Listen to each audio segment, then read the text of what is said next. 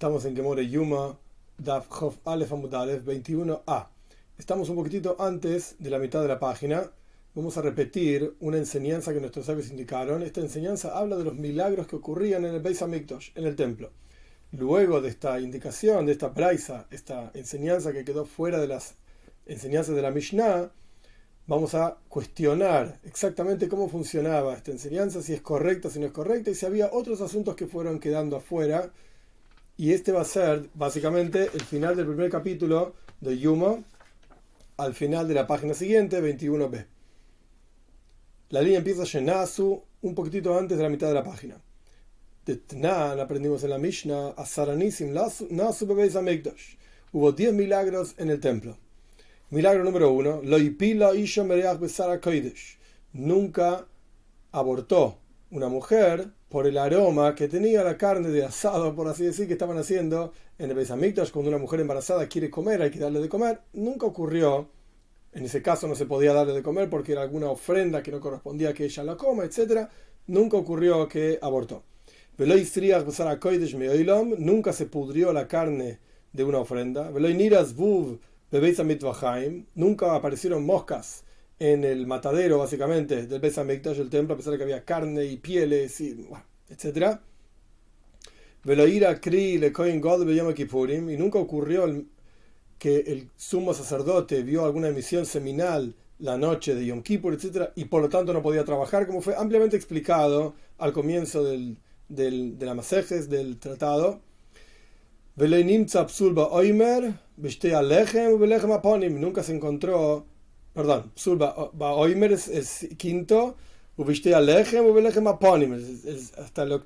hasta el séptimo, perdón.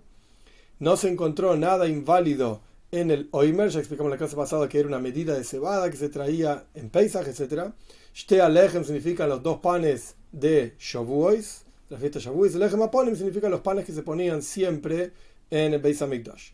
Omdim Tzefufim, Shtachim Revachim, se paraban en el templo, Tzfufim, todos apretujados, pero cuando había que prosternarse lo hacían con amplio espacio.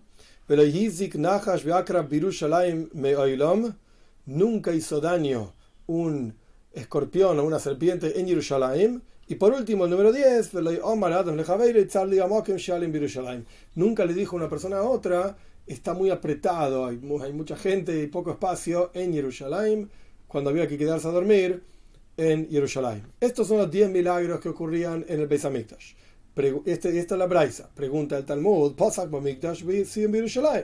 empezamos hablando que había 10 milagros en el templo, pero los últimos 2 milagros no son en el templo, son en Yerushalayim, en la ciudad de Yerushalayim. Dijimos que nunca hizo daño una serpiente y un escorpión, y dijimos que había lugar para todos, nadie se sentía apretado. ¿Qué tiene que ver esto con el Beis Hamikdash, con el templo?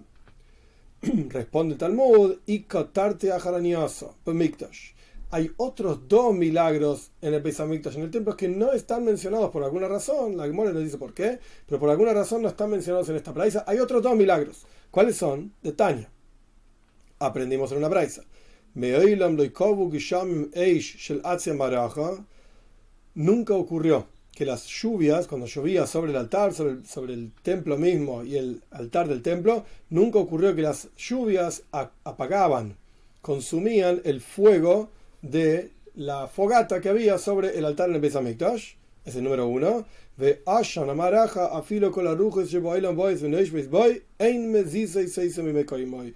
Y el humo que salía de esta fogata que había sobre el altar, incluso si todos los vientos del mundo vienen y soplan sobre este humo, no lo mueven de su lugar. Es decir, era una columna de humo que salía directamente del altar y recto llegaba hasta el Shamaim, hasta el cielo. Entonces, los últimos 2 milagros que estaban mencionados en la enseñanza anterior, que hablan de Yerushalayim, hay otros 2 milagros que son específicos del Beis Hamikdash.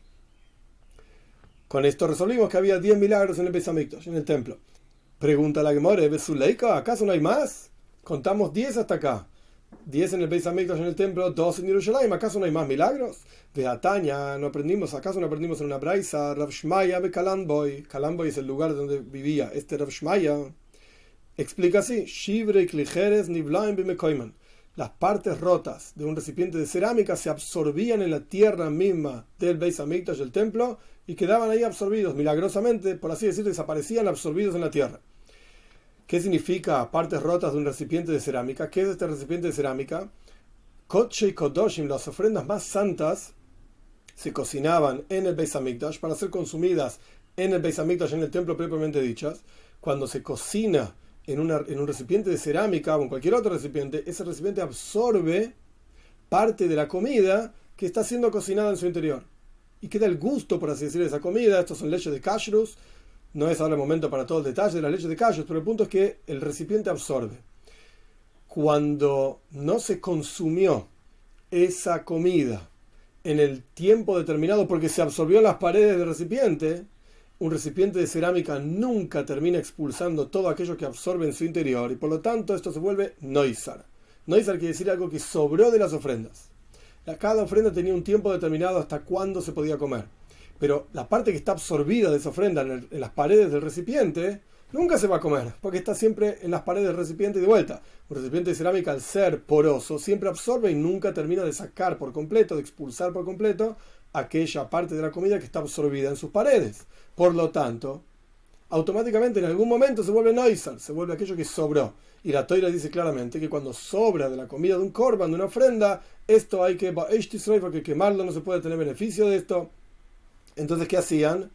El recipiente de cerámica donde se cocinó esa ofrenda se rompía, se destruía, porque no había otra forma de destruir esa comida que fue absorbida en las paredes de ese recipiente. ¿Y dónde se ponía? En un lugar específico, en el Beis Hamikdash, en el templo. Y el milagro que está diciendo la enseñanza de Reb Shmaya es que esas partes del recipiente se absorbían mismas en la tierra. Veo a Abaye, y Abaye dice más aún, otro milagro. Mura, Benoitza, Vedishun Mizbeach Apnim, Vedishun Ameneira, Nivlaim Bemekoim. Mura significa las partes de los intestinos de un ave que se llevó como ofrenda. Noitza significa las plumas. Dishun Mizbeach Apnimi, las cenizas del altar interior. En ese altar se ofrendaba incienso y el incienso se quemaba y quedaba hecho cenizas, había que limpiarlas. Y las cenizas de la menorá, del candelabro de 7 velas que estaba dentro del Beis Hamikdash, etc. Cuando se apagaban las velas había que sacar y limpiar lo que sobró. Eso se ponía también en el mismo lugar donde se ponían las partes rotas de un recipiente de cerámica donde fue cocinado una ofrenda, y estos nivlaim bemekoimen se absorbían en el lugar, en el piso mismo del Beis Hamikdash. Es otro milagro. Entonces, ¿qué hacemos? Ahora contamos 12 milagros. Los 10, la Mishnah originalmente decía 8 en el Beis Hamikdash y 2 en Jerusalén. Agregamos 2 milagros más, ok, tenemos 10. Pero ahora agregamos 2 milagros más, tenemos 12. Responde la Gemore, Psulei Tlaso Havu, Hashbin Bechad. Cuando hablamos de los asuntos milagrosos en el templo, que tenían que ver con una invalidez en la ofrenda propiamente dicha, la Mishnah había mencionado 3. Pisul ba oimer, nunca existió algo inválido en el oimer, en esta ofrenda de cebada que se llevaba en Pesach. Shtei alechem, los 2 panes que se llevaban en Shavuos, en la fiesta de Shavuos, y lechem aponim, y el pan que se ponía en la mesa todas las semanas en Shabbat.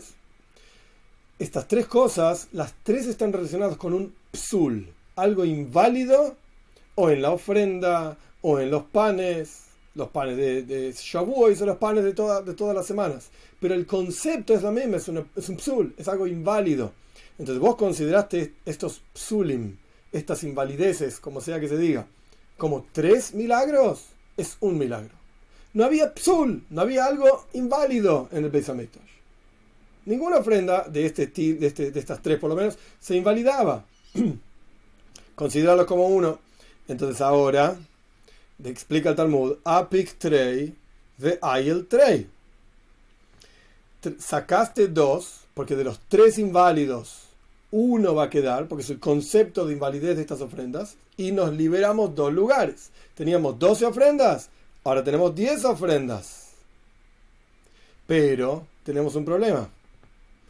Si las invalideces, que eran 3, las consideramos como una, porque es el concepto de algo inválido en el Beis Hamikdash, en el templo, cuando dijimos que había cosas que se absorbían en el piso del Beis Hamikdash, consideramos varias cosas, en realidad 2 conceptos, pero son varias cosas. ¿Qué son los conceptos? Shmaya dijo Shivrei Klicheres, partes rotas de un recipiente de cerámica. Y Abai agregó varios: Mura, el intestino de las aves; Noitza, las plumas; Dishun Mizbeach HaPnimi, las cenizas del altar interno; las cenizas de la Menoira, más la que dijimos antes en nombre de Shmai. 5 cosas diferentes.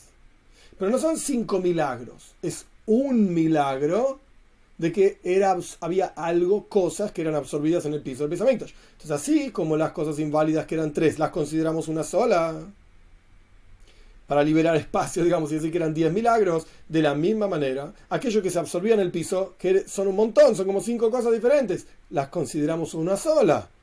Entonces ahora tenemos 9 milagros. Y Aji Blui Nami Trayavu Hashbinu Bechad Hasrolehu. Si es así, entonces de vuelta, ¿qué consideras los 3 invalideces? Como una, porque es el mismo concepto, considera las 5 cosas que se absorbían como una sola. Es el mismo concepto de absorberse en el piso del Beis Hamikdash. En el lenguaje exacto, preciso del Talmud, la traducción es: si es así, aquello que es tragado también, tragado, absorbido en el piso del templo, son 2 cosas y considerarlo como una sola, y por lo tanto te falta un milagro. Ahora tenés 9 milagros en el Beis Hamikdash y la Mishnah decía 10. Y Kanami Ajarise, hay otros milagros. De Amar Rabbi Yoshua ben Levi, como dijo Rabbi Yoshua ben Levi, Nesgod la Hayanase Belechem Aponim, Siluko y Kesiduroi. Había un gran milagro que ocurría con este pan que se ponía en las mesas dentro del Beis Hamikdash, dentro del templo, cada Shabbos. Siluko, y cuando lo sacaban estaba tan fresco que Siduroi, como cuando lo colocaron. Pan fresco, no es que los koyanim comían pan viejo de una semana, sino que estaba tan fresco cuando lo sacaban como cuando lo habían puesto. ¿Cómo sabes? Sheneamar, este es un paso, un versículo en Shmuel. Losum lechem choim beyom ilachoi. Poner pan caliente en el día en que lo pusieron. Quiere decir que estaba tan caliente el día que lo pusieron como el día que lo sacaron. El día que lo tomaban, ilachoi, perdón, losum lechem choim beyom ilachoi, traduje mal, poner pan caliente en el día en que lo tomaban. Quiere decir que en el día que lo tomaban estaba tan caliente como el día en que lo pusieron. Y acá tenés el número 10. Pregunta la que me ¿ves su leica? ¿No había más? Te voy a mostrar que había más milagros. Rabbi Levi, Rabbi Levi dijo así: esto que te voy a enseñar es una tradición en nuestras manos de nuestros padres, o sea, que llegó de nuestros padres. El lugar del Aron, del arca, en donde estaban en el primer Beis Hamikdash, en el primer templo, como vamos a estudiar en la página siguiente, estaban las tablas que bajó Moishe de Monte Sinai, las partes rotas de las primeras tablas, y ahí había un Sefer Torah también, un libro de la Torah que escribió Moishe Rabbeinu mismo. Ese arca no ocupaba espacio en el lugar en donde estaba. Esto es Makoim ulemaila mina Makoim, esto es el espacio y aquello que trasciende el espacio en el mismo momento. El Beis Hamikdash no es un momento por una clase de Hasides ahora, pero el Beis Hamikdash, el templo, era un lugar que trascendía el espacio. Ese es el concepto de la presencia de Dios revelándose en el templo. ¿Cómo vemos esta trascendencia del espacio? En esta frase de nuestros sabios. El espacio que ocupaba el espacio que ocupaba el arca, como dice la Toira, tenía un ama y medio de ancho, de largo, perdón, y un ama, dos ama y medio, perdón, que es más o menos 1,5 metros aproximadamente, 2 amos y medio de largo y amo bajeitzi y 1 ama y medio de ancho. Es un espacio, una cantidad de espacio, pero sin embargo nuestros sabios explican, así explica Rashi también, el espacio en donde estaba este arca medía 20 amos de largo, 20 amas de largo, y nuestros sabios cuentan que había desde la pared del arca hasta la pared del cuarto donde estaba el arca, 10 amas para un lado, desde la pared siguiente del arca hasta la siguiente pared del cuarto, 10 amas, quiere decir que tenemos un objeto en el medio que tiene un volumen y ocupa un espacio. De este objeto para acá, 10 amas. De este objeto para acá, 10 amas. Pero el espacio total era 20 amas, quiere decir que el objeto no ocupaba ningún espacio. Entonces el objeto, a pesar de ser un objeto tridimensional con un volumen y ocupaba un volumen, en el lugar en donde estaba no ocupaba ningún espacio. Y este era otro milagro del Beis Hamikdash, del templo. Veo a Rav Noi también dijo, Amar Shmuel, en nombre de Shmuel, Kerubim ben Neisa Yoamdim.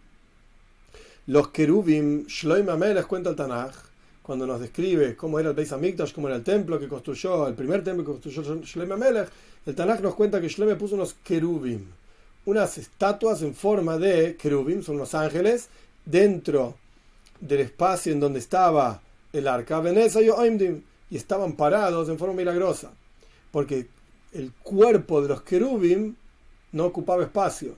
Tenía un ala al costado, llegaba hasta una pared. Un ala al otro costado, llegaba hasta la mitad. Y el otro, eran dos, uno al lado del otro. El otro, un ala, llegaba hasta la mitad y otro ala llegaba hasta el costado. Todo el ancho, 20 amas, estaba ocupado por las alas de los querubim. Y no había espacio para el cuerpo de los querubim. No había espacio para el cuerpo. Porque el cuerpo también tenía un ancho, es el mismo concepto de que algo que tenía volumen no ocupaba un espacio en el Kodesh HaKodoshim, en el lugar más santo. Entonces vemos que tenemos, de vuelta, 12 milagros. Y dijimos que eran 10. Responde la Gemara, Nisi de Berai Kahashiv, Nisi de Gavoilo Kahashiv. No, los milagros que ocurrían afuera, es decir, que estaban a la vista de todas las personas, la Mishnah los está considerando. Pero los milagros que ocurrían adentro, por ejemplo, en el Kodesh HaKodoshim, en el lugar más santo del Beis Hamikdash, donde estaba el arca, donde estaban los querubim en el primer templo, esto no es considerado por la Mishnah. Pregunta la Gemara, y Aji, si es así, si es así, el pan que se ponía en las mesas, eso estaba en el Kodesh, la clase pasada yo expliqué que está el Kodesh, un cuarto que era Kodesh, y al lado el Kodesh HaKodoshim, todo el detalle no le importa, el punto es que Lechem Aponim estaba adentro también, el pan que se cambiaba todos los Shabbatot, estaba adentro. Entonces, ¿cómo me decís que no considerar los milagros de adentro y sí los milagros de afuera? El Lechem Aponim estaba adentro y es considerado igual. Responde la Gemara, Lechem Aponim ni se te beroihu. Ese pan es parte de los milagros de afuera, que estaban a la vista de todos. No es parte de los milagros de adentro. ¿Cómo sabes? De Omar Reish Lakish, porque el señor Reish Lakish, Mai Dixiv, ¿por qué está escrito? La Torah dice, Ala Shulchan HaToir, sobre la mesa pura. ¿Qué significa pura? Toir, Miklal de Sheutome. Esto significa que recibe impureza. Era pura. ¿Qué quiere decir que era pura? Porque es posible que reciba una impureza. Ahora pasamos al Jofales Bamut Beis, 21b. Ahora bien, ¿cómo puede ser que recibe impureza? Kli Eitze Osule Nahasu. Es una... No voy a entrar en todos los detalles de cómo es. Rashi explica, no importa ahora realmente. Es un recipiente de madera, el arca, que estaba recubierto de oro, hecho para estar apoyado en un lugar, no era para mover de acá para allá. Todo recipiente de madera hecho para descansar, como un baúl, por ejemplo, o un arca, justamente, no recibe impureza, no se puede impurificar. Y si hay alguna impureza del otro lado, por así decir, interrumpe el esparcimiento de esa impureza por ser un recipiente que no recibe impureza. Entonces, la Toira, volvemos a la última línea de la página anterior, la Toira llama a la mesa una mesa pura. Quiere decir que recibe impureza. Pero las leyes de impureza indican que esa mesa no recibía impureza. Entonces, ¿qué hacemos? ¿Recibe impureza o no recibe impureza? Entonces, esto te enseña que cuando la gente iba en fiesta de peregrinación al Beis Hamikdash, al templo, levantaban la mesa para que la gente la vea. Y les decían así, fíjense cómo Dios los aprecia, los quiere. Que cuando sacaban el pan que estaba sobre esa mesa, estaba tan fresco como cuando lo habían colocado. Como está escrito, poner pan caliente en el día en que lo tomaban. En el día que lo tomaban ya estaba caliente. Estaba todavía caliente, quiero decir. Quiere decir que el milagro del Lechem Aponim era un milagro de Barai, de afuera, por así decir, y por eso está dentro de la consideración de la Mishnah. Pero los milagros que ocurrieron en el Kodesh HaKodoshim, que vimos en la página anterior, en el Santo Sanctorum, con el arca y con los querubim que hizo Shlomo Amelech, estos no consideran. Entonces seguimos teniendo 10. Pregunta la que muere de vuelta para continuar insistiendo. ¿No hay más? Te voy a mostrar que hay más. ¿Acaso no enseñó Rabbi Shaya lo siguiente? En el momento que Shloime construyó el Beis Hamikdash, el templo, Shloime Melech, plantó todo tipo de delicias de oro. Eran como árboles de oro.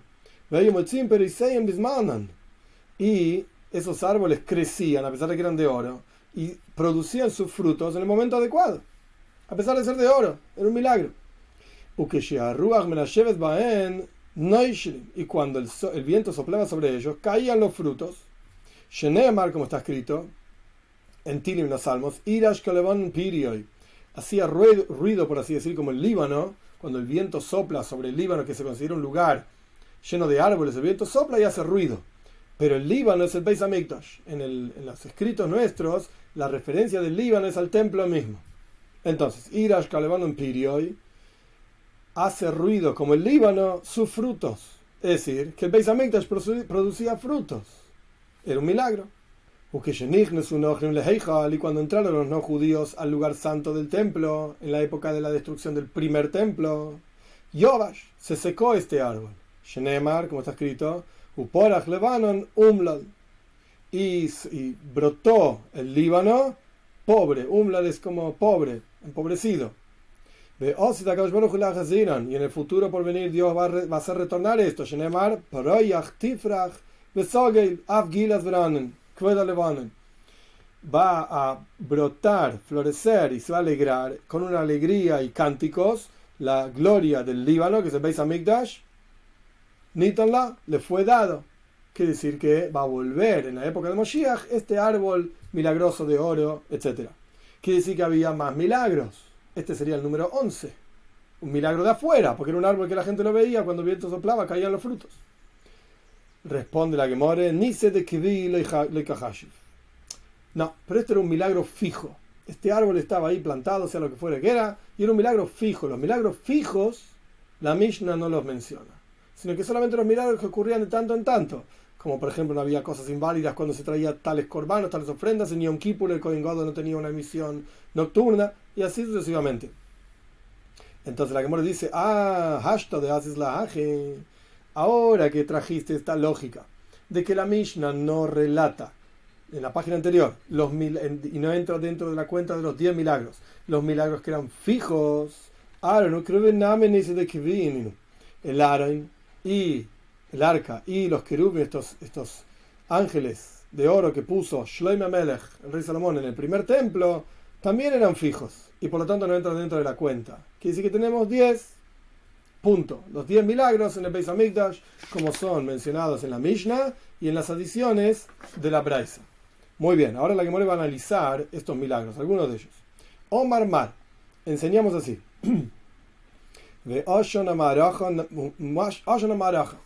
Dijimos en la página anterior que el humo de la fogata que había sobre el templo no se movía ni para acá ni para allá y estaba ahí fija, por así decirlo. Pregunta la Gemara, ¿acaso había humo ahí? ¿Qué humo estaba ahí? Beataña, ¿acaso no aprendimos lo siguiente? Hay 5 cosas que nuestros sabios dicen sobre el fuego que había sobre el altar. Rebutza Ka'ari, este es el número 1, estaba acurrucada como un león. Bara Kahama, 2, era brillante como el sol. Veyeshba Mamesh, era un fuego físico, concreto, lo podías tocar el fuego, o sea, tenía volumen. 4, consumía las cosas húmedas como las cosas secas, porque el fuego en general no consume lo húmedo, se termina apagando, etc. 5, y no traía humo. Entonces, ¿cómo me decís que había un humo en el altar? Dijimos en otro lado que no había humo en el altar. Entonces responde la Gemara, ¿cuál es el fuego que no tenía humo? El fuego que traían los koyanim. Hediot literalmente significa simple, que no era santo. Había un fuego que bajaba del cielo en la época del primer Beis Hamikdash, como vamos a ver en un minuto del primer templo. Pero había otro fuego que los koyanim mismos producían sobre el templo, sobre el altar, perdón. El fuego que caía del cielo, tenés razón, no tenía humo. Pero el fuego común sí tenía humo. El fuego que traían los koyanim, los sacerdotes sí tenía humo. De Tania, porque aprendimos en una braisa. El versículo dice, van a poner los hijos de Aarón, el sacerdote, fuego sobre el altar. Y nuestros sabios explican, a pesar de que bajaba, por lo menos en la época del primer templo, un fuego del cielo, es una mitzvah, es algo bueno, que los koyanim mismos traigan su propio fuego. Entonces, de vuelta, el fuego que bajaba del cielo no tenía humo, pero el fuego que hacían los koyanim tenía humo. Ok, una vez que resolvimos esto, continuamos analizando los milagros de Beis Hamikdash. Rebut Saka Ari, dijimos que este fuego que bajaba del cielo estaba acurrucado como un león. Ok, un león. De Atania, ¿acaso no aprendimos en una braisa? Rabbi Hanina Sagina Koyanim, dijo Rabbi Hanina, el secretario de los Koyanim, Ani Reisía, yo vi ese fuego. Rebut Saka Kelev. Y estaba acurrucado como un perro, no como un león. Obviamente un perro es mucho más pequeño, menos poderoso, etcétera, que un león. Entonces, ¿cómo puede decir en un lugar era como un león, en otro lugar dice que era como un perro? Y encima Rabbi Hanina está diciendo yo lo vi. Loikash, no es un problema. Cambia Mikdash Rishon, cambia Mikdash Sheini. En un caso está hablando del primer templo, en otro caso está hablando del segundo templo. En el caso de que era como un león, es el primer templo. En el caso que era como un perro, es el segundo templo. Pregunta el Talmud, Mikdash Sheini mi Havai. ¿Qué está diciendo? En el segundo templo ni siquiera había esto. El fuego que consumía los corbanos, las ofrendas, ni como perro ni como león. Entonces, ¿cómo me resolvé la contradicción entre si era perro o león? Primer templo león, segundo templo perro. Si en el segundo templo no había ni como perro. ¿Acaso no dijo Rav Shmuel bar Inyo? ¿Por qué está escrito el versículo en Haggai? Voy a quererlo y me voy a honrar. Con una letra Hey al final. Me voy a honrar. La traducción es la misma básicamente, pero se lee con una letra más, adicional una Hey, que la Hey, cada letra del abecedario hebreo tiene un número que le corresponde. La letra Hey vale 5. Se lee Kavda. ¿Qué diferencia hay entre Akaved y Akavda con la Hey al final? Maishna. ¿Qué diferencia hay de Mechusar Hey? Eilu Hamishat Varim Shayu Ben Mikdash Rishon le Mikdash Sheini. Esta letra Hey, que vale 5, representa las 5 cosas que había de diferencia entre el primer templo y el segundo templo. Y son las siguientes 2 puntos. Aren y Kapoires y Kerubim. Aren es el arca. Kapoires es la tapa del arca y Kerubim son los ángeles que estaban arriba de la tapa. Esto es una cosa. Eish, el fuego que bajaba del cielo. Shchina, la presencia de Dios. Ruach HaKodesh, la inspiración divina. Urim et Tumim. Urim et Tumim tiene varias explicaciones, una discusión entre nuestros sabios exacto qué era. Rashi explica en la Toira, era un nombre de Dios, una especie de pergamino con el nombre de Dios que estaba dentro del pectoral que llevaba el Kohen Gadol, que tenía muchas piedras, 12 piedras. Dentro de ese pectoral había un nombre de Dios. Esto es Urim et Tumim. Estas 5 cosas no estaban en el segundo templo y sí estaban en el primer templo. Hombre, entonces, ¿cómo me dijiste anteriormente que en el segundo templo había un fuego que caía del cielo que era como un perro? Y ahora me estás diciendo que faltaban 5 cosas. Y entre las 5 cosas que faltaban era el fuego. Entonces no era ni como un león ni como un perro. Que en el primer templo era como un león, ok. Pero en el segundo templo no era ni como perro, ni había fuego. O sea, había un fuego que quemaba las ofrendas, pero no había un fuego que caía del cielo ni como león ni como perro. Hombre, ein mi hava, si yo le mesayea. El fuego estaba ahí, efectivamente el fuego sí estaba en el segundo templo. Mi hava, el fuego estaba. Si lo mesayea, pero no servía. Es decir, no consumía las ofrendas. El fuego estaba ahí. Entonces, en el primer templo había un fuego como un león que consumía las ofrendas. En el segundo templo había un fuego que bajó del cielo como un perro, pero no consumía las ofrendas. Había que llevar fuego para que se consuman las ofrendas. Punto. Ya que llegamos al concepto del fuego, el fuego que consume, el fuego que no consume, etc., la Gemara trae una braisa, una enseñanza que explica diferentes tipos de fuegos. Tanu Rabbanan, enseñaron a nuestros sabios. Hay 6 tipos diferentes de fuego. Hay fuego que come y no bebe. Y hay fuego que bebe y que no come. Y hay fuego que come y bebe. Y hay fuego que consume lo húmedo como lo seco. Y hay fuego que desplaza fuego. Y hay fuego que consume al otro fuego. Punto. 6 tipos de fuego. ¿Cuáles son? Hay un fuego que consume, come y no bebe. Hadidan. Este es el que acabamos de explicar. El fuego que era como un perro, que caía del cielo y no funcionaba. Aquel que bebe, pero no consume, no come. De Hoilin es el de los enfermos. La fiebre. La fiebre en la persona le da mucha sed y la persona no tiene ganas de comer. Es un fuego que tiene en su interior. Oigeles Beshoisa, un fuego que come y bebe, de Eliau. Este es el fuego de Eliau Anobi, con toda la historia de Eliau Anobi, Behar a Carmel, en el monte Carmel, que no voy a contar toda la historia ahora. El punto es que bajó un fuego del cielo y consumió y bebió todo el agua que habían puesto ahí. Dixiv, como dice el versículo. Esto está en Melachim Aleph, capítulo 18. Y el agua que estaba en el pozo la lamió, por así decir, el fuego la consumió, se la llevó, la bebió. Próximo, Geles Lachin Kieveishin de Maroj. El fuego que comía lo húmedo como lo seco. Este es el fuego que estaba en el altar, como explicamos anteriormente. Yesh Eish Toija Eish de Gabriel. Hay un fuego que desplaza otro fuego. Este es el fuego de Gabriel. Gabriel es un malach, es el nombre de un ángel. Y esta es la historia de Mishael, Azaria y Hanania, que estaban en el Kivshon Eish, que Nebuchadnezzar los tiró en un horno ardiente, y Gabriel vino y desplazó el fuego del horno ardiente y hizo una especie de círculo alrededor de ellos, y ellos estaban dentro del fuego y el fuego no los consumía, porque es un fuego que desplazó a otro fuego. Yesh Eish Oigeles Eish, y hay un fuego que consume otro fuego, de Shechina. Este es el fuego de la presencia de Dios. ¿Cómo sabes que Dios consume? Es un fuego que consume de Amar, porque dice el maestro, Hoishit, Dios, Hoishit, extendió Etzvoy, su dedo, sea lo que fuera que quiere decir el dedo de Dios, Beineyen, entre los ángeles de Serafan, y los quemó a todos. Estos ángeles eran Serafim. Seraf significa algo que se quema, Soiref. Y acá Dios extendió su dedo y quemó a los malachim, a los ángeles, porque la revelación divina fue tan profunda que se terminaron consumiendo. Entonces vemos un fuego que consume a otro fuego. Punto. Ahora continuamos con el análisis de los milagros de Beis Hamikdash, del templo.